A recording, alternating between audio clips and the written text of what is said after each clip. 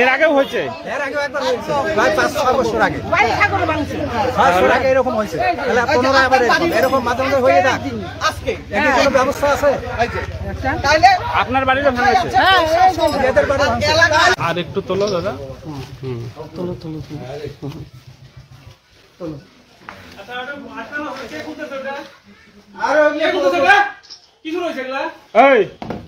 বিধায়ক আছে এখানে, বিধায়ক আছে।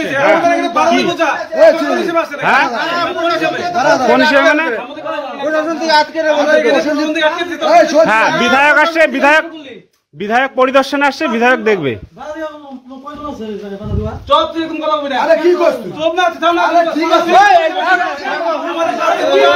তোমার নাম কি? ভাই ভাই ভাই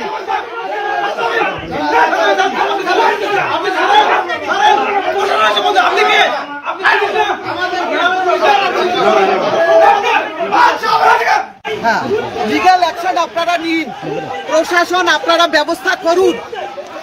হ্যাঁ, প্রশাসন আপনারা ব্যবস্থা করুন। হ্যাঁ,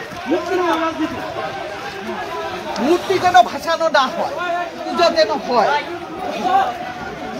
নমস্কার বন্ধুরা, আমার নাম ধ্রুবজ্যোতি সরকার। তুফানগঞ্জের দুষ্কৃতী তাণ্ডব। রাতের বেলায় মা কালী মূর্তির মুন্ডু কেটে নিয়ে গেল দুষ্কৃতীরা।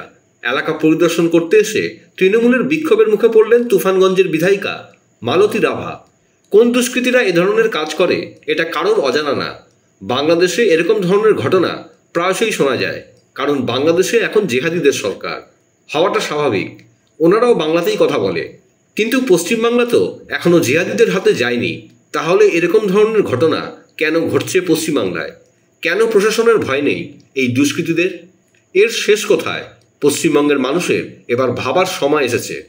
ভুলে যাবেন না আপনারা, আমরা এসেছি এখানে, মূর্তি ভেঙেছে বলবে যে অনেকে আসে নাই, আমি এসেছি, কিন্তু আপনারাই একজোট নন। আপনারা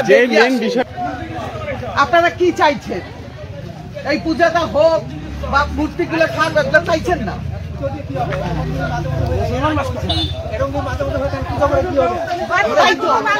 এর আগেও হয়েছে, প্রায় 5-6 বছর আগে এরকম হয়েছে। এরকম মাঝে মাঝে হয়ে যাক, কোনো ব্যবস্থা আছে? আপনার বাড়িতে ভাঙাইছে?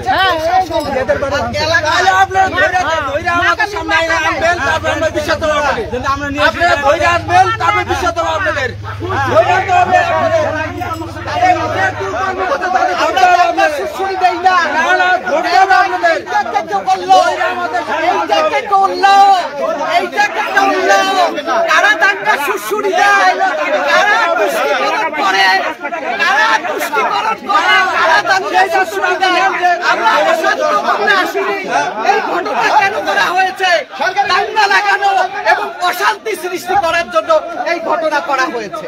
মূর্তি ভাঙছে আর ওরা রাস্তা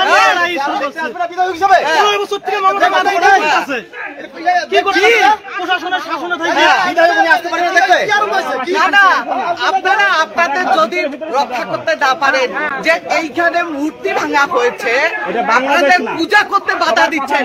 কালকে অমাবস্যা গেছে, মায়ের মূর্তি ভেঙেছে, আপনাদের কিছু লাগে না যে এমএলএ কে বলছেন বন্ধ করুন? কারা ধাক্কা লাগাচ্ছে, কারা তুষ্টিকরণ করছে, কারা অশান্ত করছে পরিবেশ, দেখুন, আপনারা দেখুন।